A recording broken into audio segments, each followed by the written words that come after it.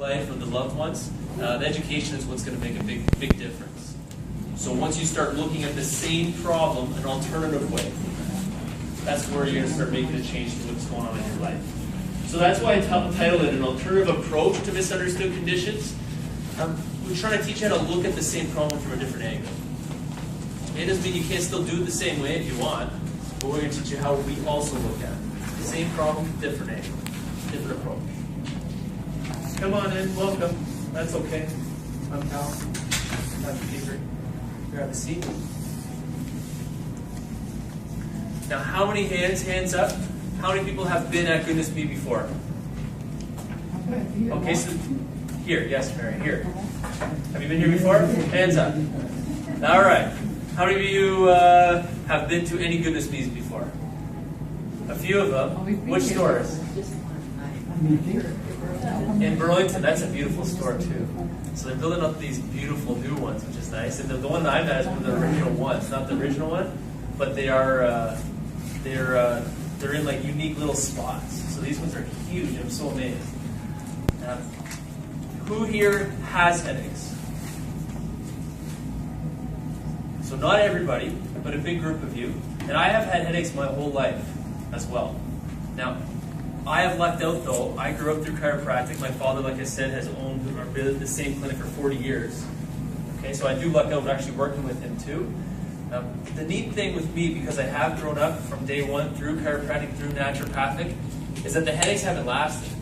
If they're there, they're gone by the end of the day, because we know how to approach them from a different proactive approach as opposed to just ignoring them or letting them suffer. We start addressing why they're there. Who here knows anything about chiropractic? Some of you, not everybody. Who here knows things about naturopathic? Some of you, not everybody. So realize that we're a wealth of knowledge to help you make changes in your health and your family's health. And the more you learn here, we want you to then apply it to your lives and your loved ones' lives. My goal, which I said I was going to tell you, is this. Is help you to live towards a longer, more comfortable, and active life. These headaches, we want to get them to change. We want to get them to minimize, go away, be less frequent. We want it to be more comfortable. We want to live long lives, but we want to have fun with them. We want to keep them active. We don't want to just live long and not be able to function. In order to get like this, it does take effort. It's not easy. You have to put an effort in. You can luck out. But then, as most people know, life doesn't always throw you luck, right? Sometimes it squashes you down. So you got to put an effort in to live that long, proactive, healthy, comfortable, and active life. When I teach, and you'll get to know how I teach, I'm an expert in concepts. My mind, you'll see the notes I wrote, that's how my mind thinks. It's not how everybody's mind thinks, okay? But I can't pretend to be someone else for you, so I'll teach you how I am the best. I basically set it up into concepts, goals, and then action steps. So we're going to make sure we hit all three. And the concepts, as I mentioned before, is an alternative approach to the headaches. The goals, which include living a long, comfortable, and active life. And then the action steps on how to make the change. How to live the life the way we're going to talk about. Most people with headaches, not everybody, not me, end up becoming over-medicated, over-surgeried, and over-suffering. Okay?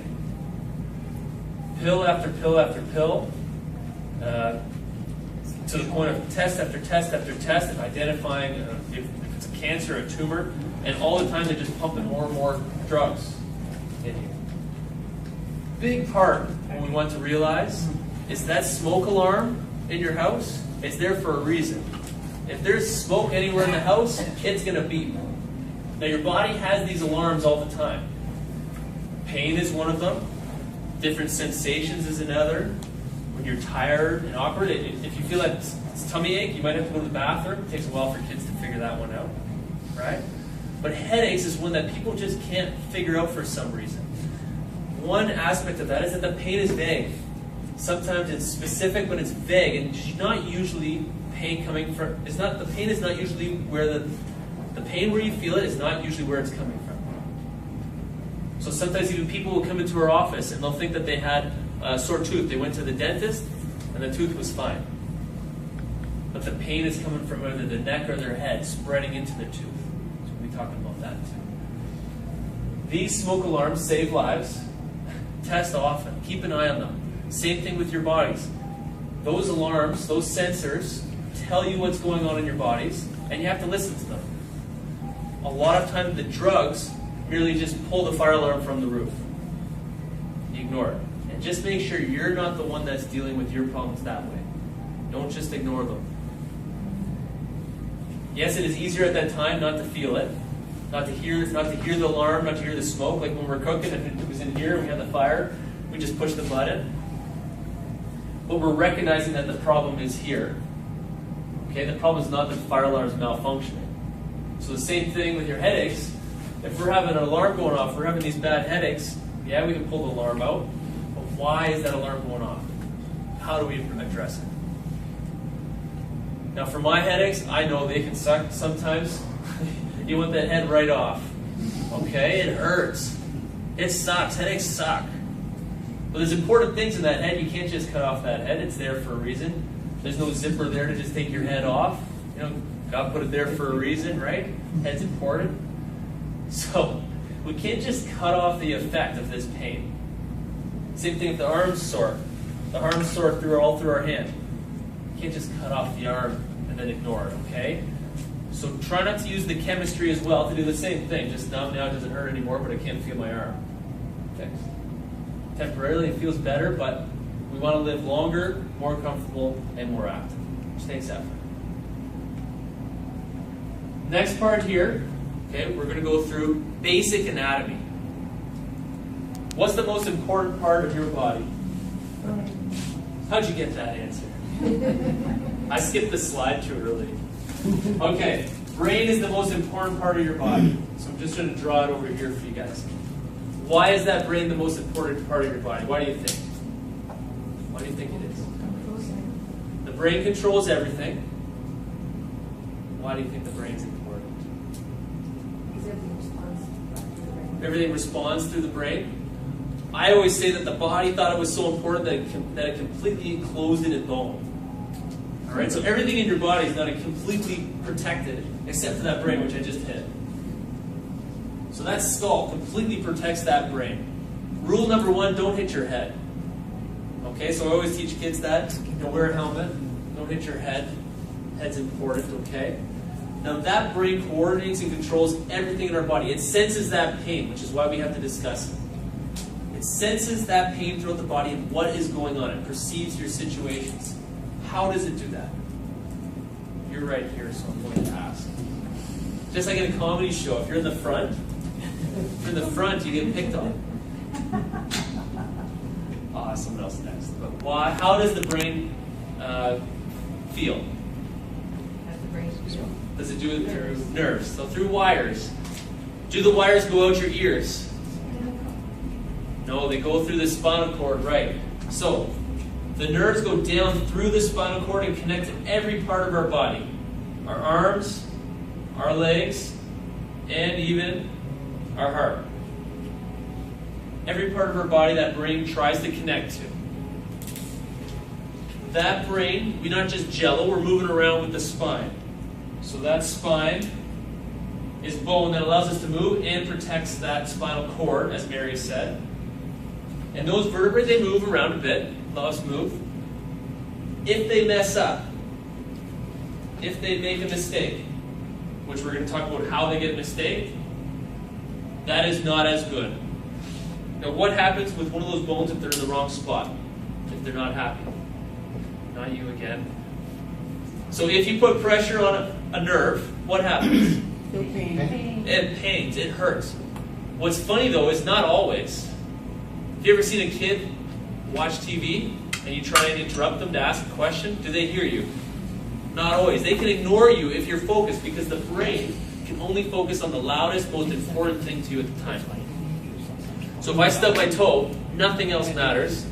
I'm just going to pay attention to that. I'll probably start swearing and screaming even though I'm being professional around everybody, right? If you're doing TV and focus on the TV, same thing. Nothing else matters.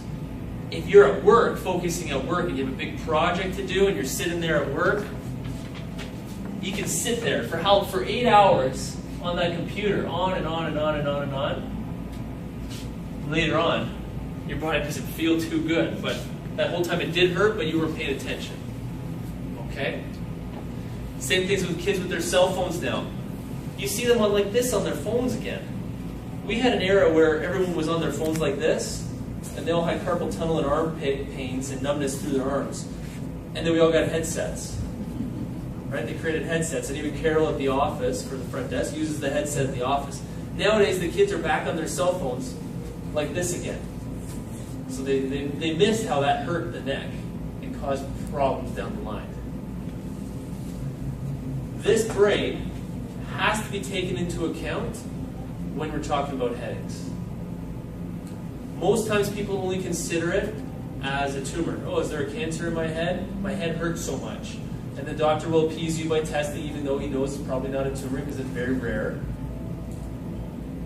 But no one ever thinks about how the performance of that brain and how that brain, if just aggravated just a bit, will generate and create headaches and how it affects the headaches.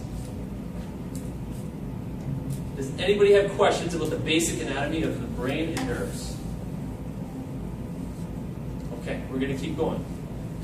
This spinal cord is attached at the top and bottom. The top and the bottom. It is a cord. It is a wire. It does not like to be pulled, stretched, cut, twisted, bent, whipped. Okay? It's sensitive. And who's ever hit their funny bone before? Alright. The funny bone is a little tiny nerve on the outside of your arm, very exposed. If you hit that spot, where does it hurt? Woo! All the way down your hand. But you hit it here. Weird. Who's ever slept on their shoulder wrong and they wake up and they can't find their arm or their arm's all numb? So that's pressing on a nerve in your armpit. So that's pressing on, look at this monkey I drew. That's pressing on the armpit, and then this nerve goes wonky. Or you press on the elbow and this nerve goes wonky. Okay? If you press on it hard, boom, it hurts like crazy and then goes away for a bit. If you hold it there for a long time, it builds up the pain slowly until it becomes numb. Now imagine if you just put a little bit of bad pressure on that over years. It's not going to hurt like a zinger, but what happens is things like headaches. So we'll start talking about that once we go into the physical stressors. But I want to also talk about the next component. These nerves are different, how they come out the spine, than the ones going from the brain down the spinal cord. So you do have the brain, the spinal cord, and then the nerves. Pressure on that spinal cord shows up in very different ways because it can affect anything going on throughout the body. And the pain, just like how this pain going down from the shoulder down to the arm, or the elbow down to the arm, the pain is also vague and spreads. The pain will not be in the spinal cord. You don't sense it as a spinal cord. The pain can be spread in very different components, whether it be up or down or just affecting the spine below. Everybody's body is different, and everybody experiences it different. Now some people, because there's a lot of people in the world, have similar occurrences, and you can group all the symptoms together and call it different things. What are different ways that we call headaches? Migraines, tension headaches, cluster headaches, frustration headaches, tax pain. All these different ways, right? They all can have similar components that affect them. Okay? And they all suck. And they all impact your life. So we got to start thinking, how do we look at it? So, there's the basic anatomy. This is how the basic way that we're going to start looking at these. The brain's important. Think about it from a brain standpoint. There's physical, chemical, and emotional things in our life that our body has to adapt to, and they're going to squish us down. So every time I drop this pen, that's going to fall because gravity is pushing us down. So our whole life, we're fighting against gravity. If you go to work and you have to sit in a chair, you're sitting against gravity. If you have to go lift something up, you're lifting against gravity. We can't get away from these stressors. So that's the physical ones. When we're sitting in these chairs, okay, gravity's going to push down on us, and like I said with this spinal cord, and the kids like this, it's going to hit our bodies at different aspects. We're going to try and decrease the physical, chemical, and emotional stressors our body has to adapt to and make it easier for our body to get through it. Easier. Because our body's designed to be healthy. It's designed to work. It's not normal to have headaches, even though we may have had them our whole lives. It's not normal to have headaches. Our bodies should be functioning better. Why is it stuck? Those are the types of questions that you need to be asking. Why is it stuck? Why is it not functioning as it should be? What are different things in my life that I can minimize so that my body can function at a higher level and have the less headaches, less pressure through the head, less pressure through the neck, less impact on this brain, which is trying to coordinate our body. So, physical or the spinal stress. Everybody show me a bad posture right now. Okay, so if there was any kids here, we could point them out pretty quick, right? Because they are horrible right now with their postures. So everyone showed a quick bad one. What about a good one? And everyone goes right to military posture. So the worst postures, which does anyone want to be an example up here? It's pretty simple stuff. Who wants to sit up here? No, I won't pick. All right, come on, you were late. You got to come up. Last talk I did, someone said I had to get an example from the crowd, so I said, okay. So you guys are the... just sit. Sit bad. Sit poorly. Okay, so where's the pressure going to build up on him in this posture? The low back. Okay? It's pretty obvious when you look at it. It's like so simple how you look at it. Now comfortable. Yes. It's comfortable because you get a stretch. Short term, it's comfortable. Some people sleep on their stomachs. It's comfortable short term. But over the long period of time, that's when we start getting problems. Okay? That's when we get the cruise ship to the nursing home, they say. When you sit like, well, I'll show you in a second. Now, show me with the head forward now. Another bad posture. Yeah. Now, the further forward that head is, look forward at the screen, a computer screen, and zoom in. Come on, like you're really interested in something on that computer. Further forward that head is, the more weight's going to build up at the base of the neck and the base of the skull. That's pressure built up on the physical component of that spinal cord. You do that for a short period of time, you won't even notice. Okay, your body can adapt to these little things. If you do it for a long period of time, it's going to start telling you through warning signals, which we said were pain, okay, which it's like these headaches. So you lean forward, okay, I'll do it. Stand up. We're standing forward like this, typing, right? Okay, we stay there for a bit, we can still stretch out. 5 years later, we can't stretch out as much. 10 years later, not as far. 30 years later, we're up walking like this. Okay, that's the cruise ship to the nursing home, they say. Okay, they're all staring down. We see that in kids nowadays. They're all in their teens still, but they're sitting with their heads forward like this all day. You get really good at what you practice doing. So if you practice doing that, you're going to get really good at that. And guess what's in your future? Headaches. So you can stretch out. Thanks for volunteering. No problem. Forcefully volunteering. This picture, I'm not sure if you can see it as well, but it shows an example of how pain from the neck spreads into the face. The X here shows where you would touch on that spine, and then all the red dots show where the distribution of pain, or where that brain senses that pain is. So that's an example of where right here, this person may go to the dentist because they have pain through their jaw. They might think it's a toothache. Go to the dentist checks the tooth, it's not the tooth. It's coming from the neck and spreading.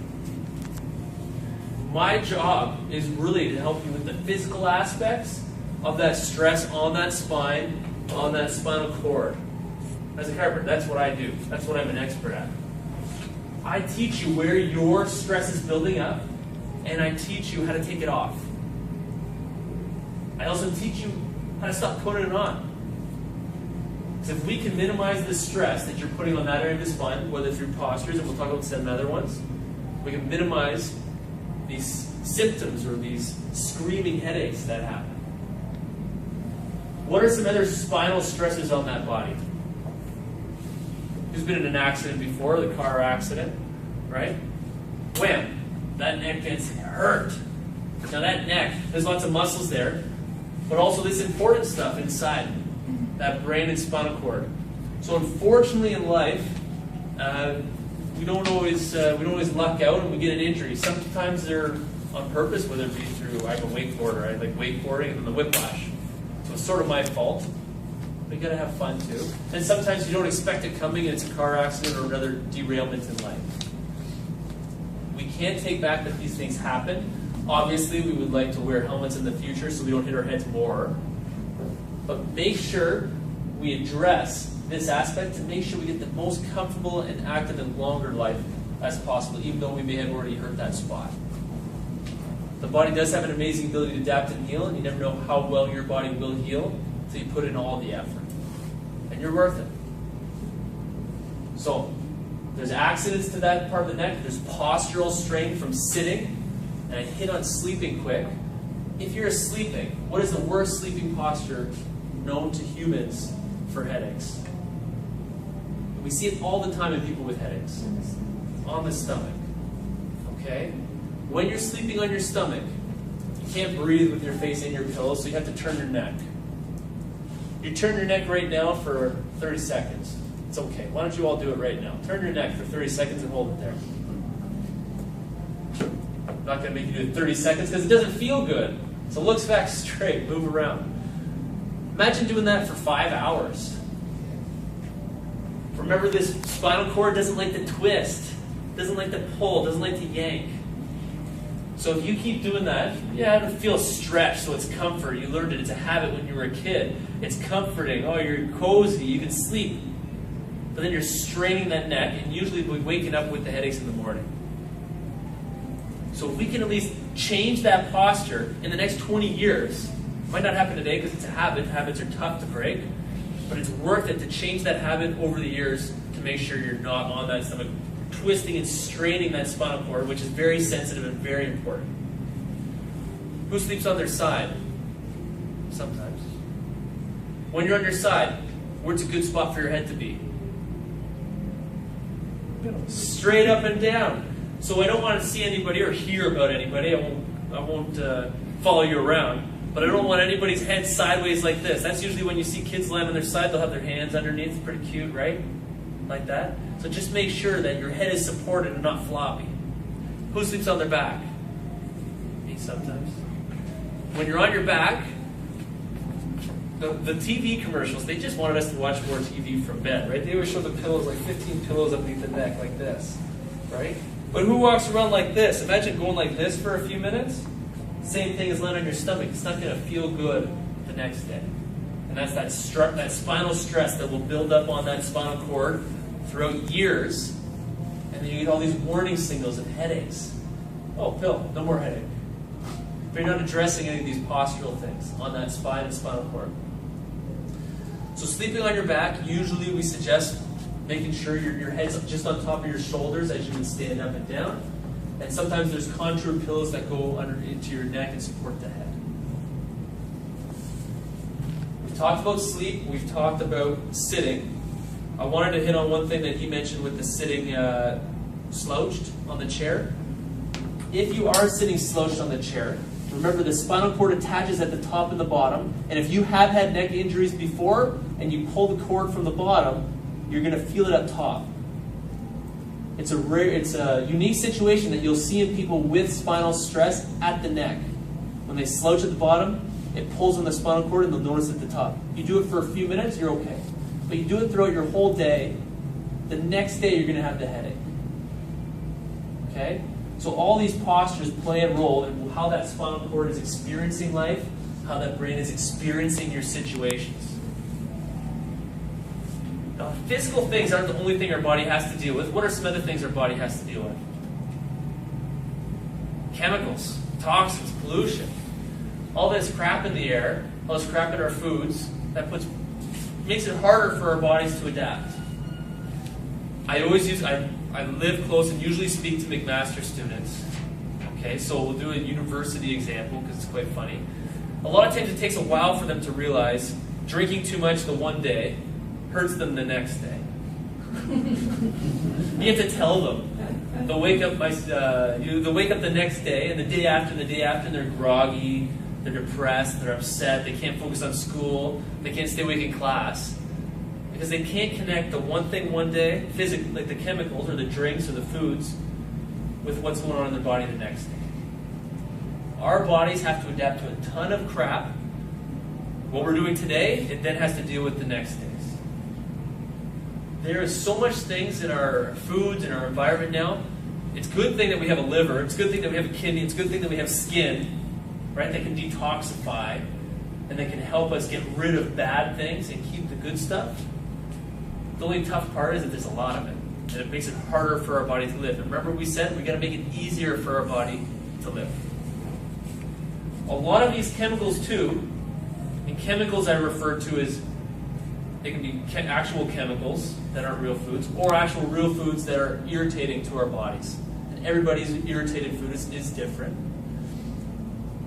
The chemicals in our body, they're different for every person.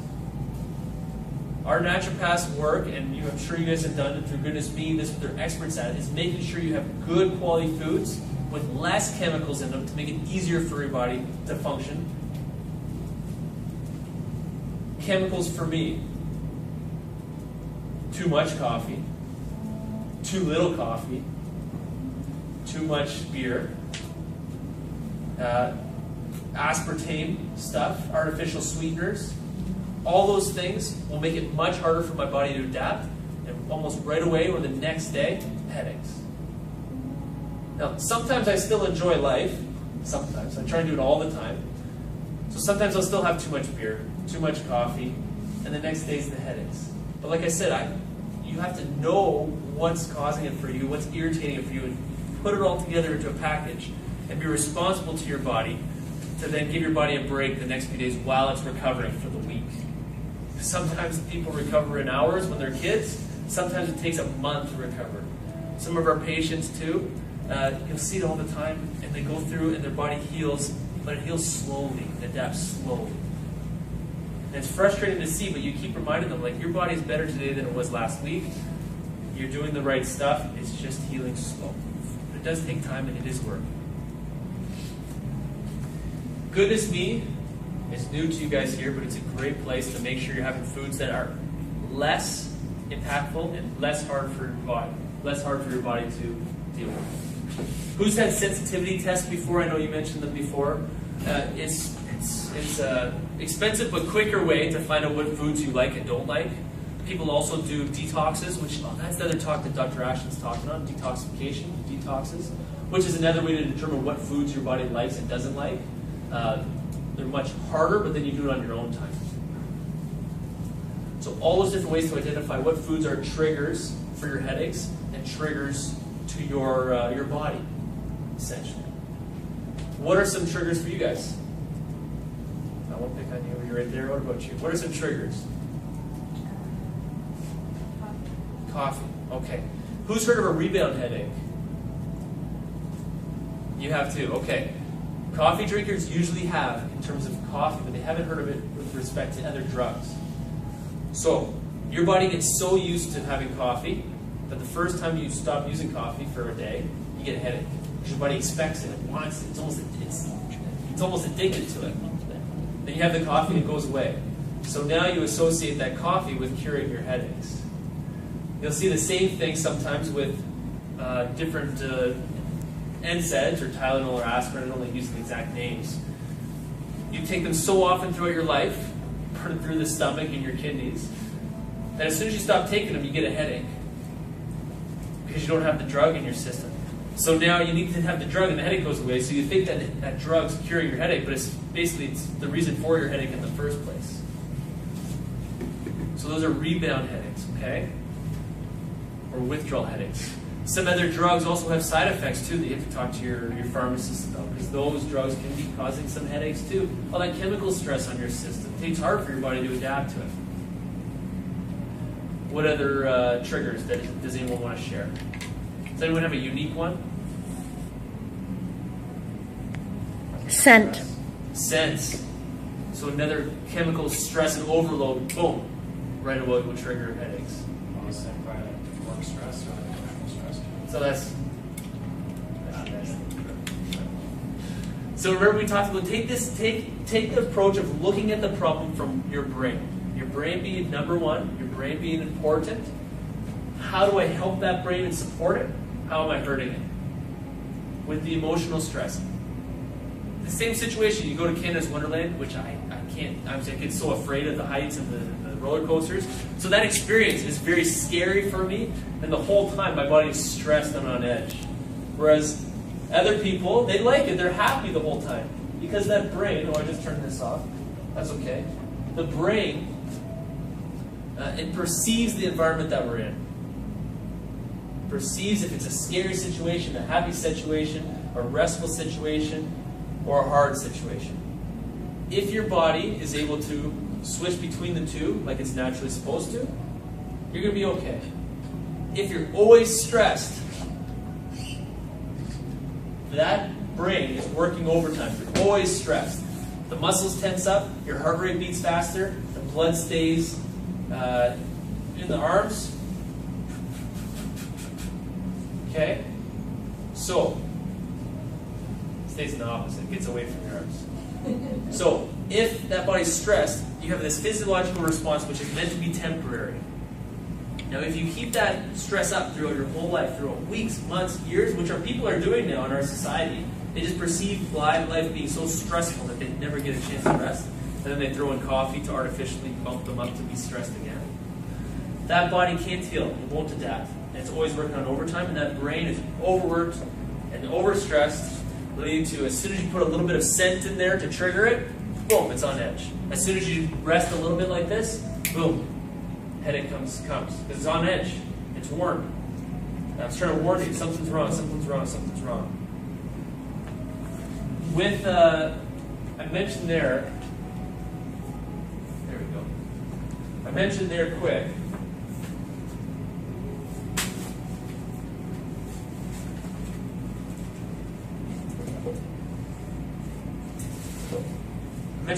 that it's important to be able to switch between a restful state and an intense state.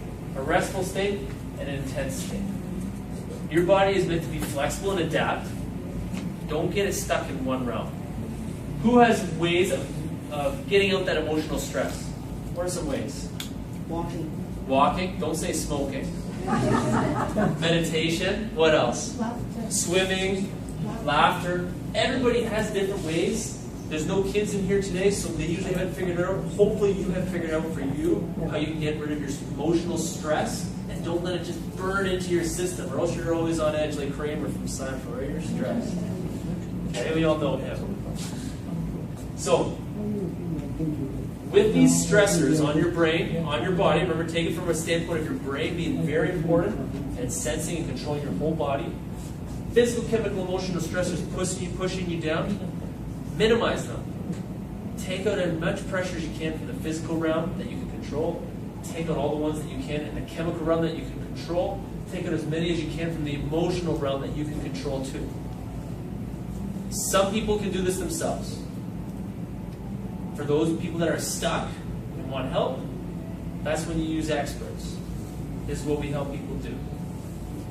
When you minimize those things, it makes it easier for your body to live and return to a normal, healthier state.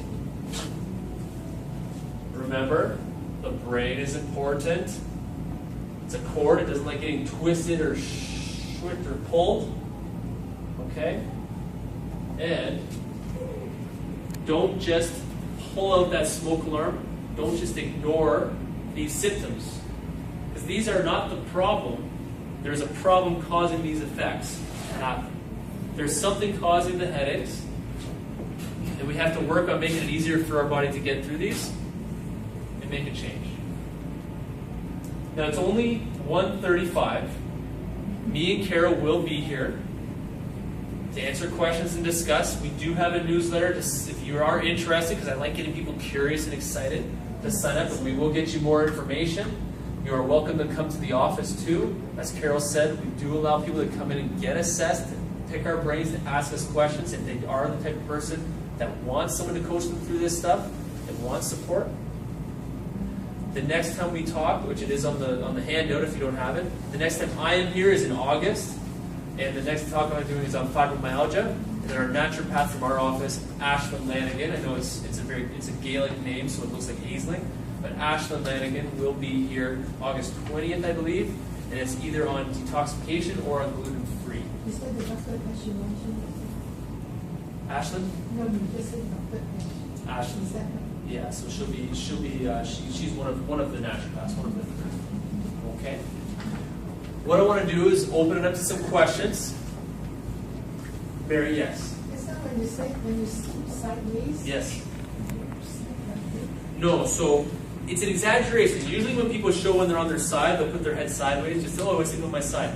But you do not want your head to be tilted.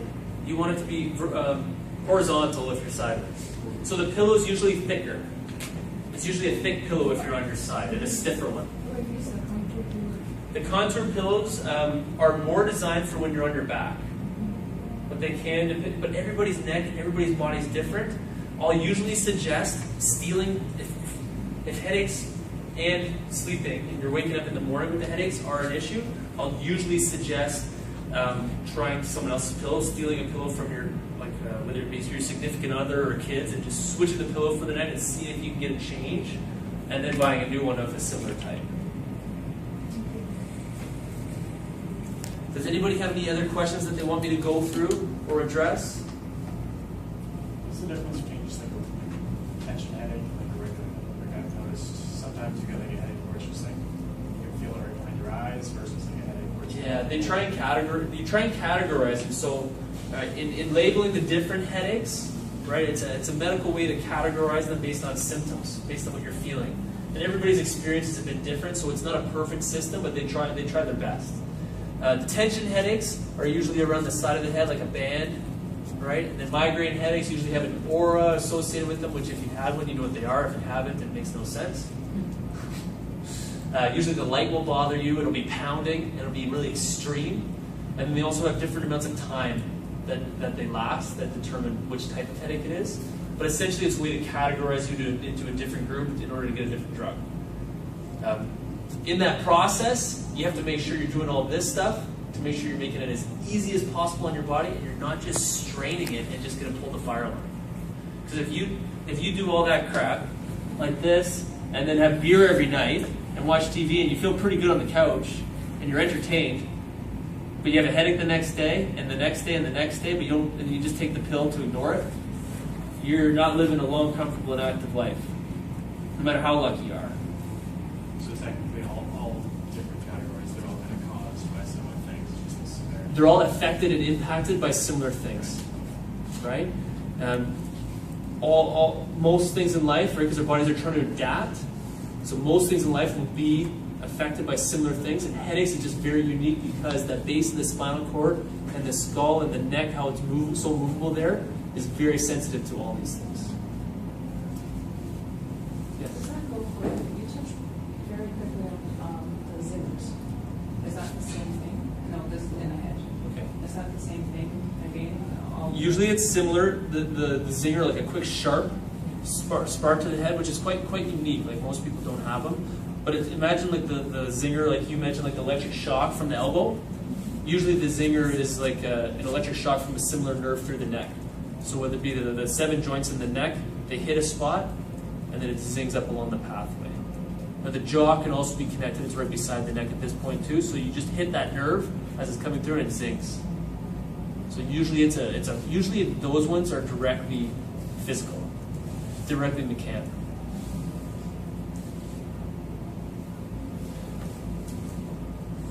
Yes, Mary? Is it better to cross your legs? I cross my legs. Everybody's body's a bit different. Depends on the injuries in your life. Depends on what their strain builds up. You gotta figure that out with your team and with yourself, right? Like see what it does to your mechanics the next day, and see what's going on. I have heard people say it strains the pelvis. I like the stretch on the pelvis. So that one is not a solid answer. I apologize. Yes. After whiplash, like physiotherapy and massage therapy. Okay. What's the next step? You keep working on it. Sometimes it's a time thing. chiropractic is a way to address the direct mechanical in the joints and the nerve. Whereas usually physical therapy will work on the muscular component, which is also important, but we just work on the deeper level, on a different aspect with different strategies. Whiplash is not fun. I've experienced it a lot. I've had headaches resulting from it too. Luckily for me, most of them were because of my own fault from sports.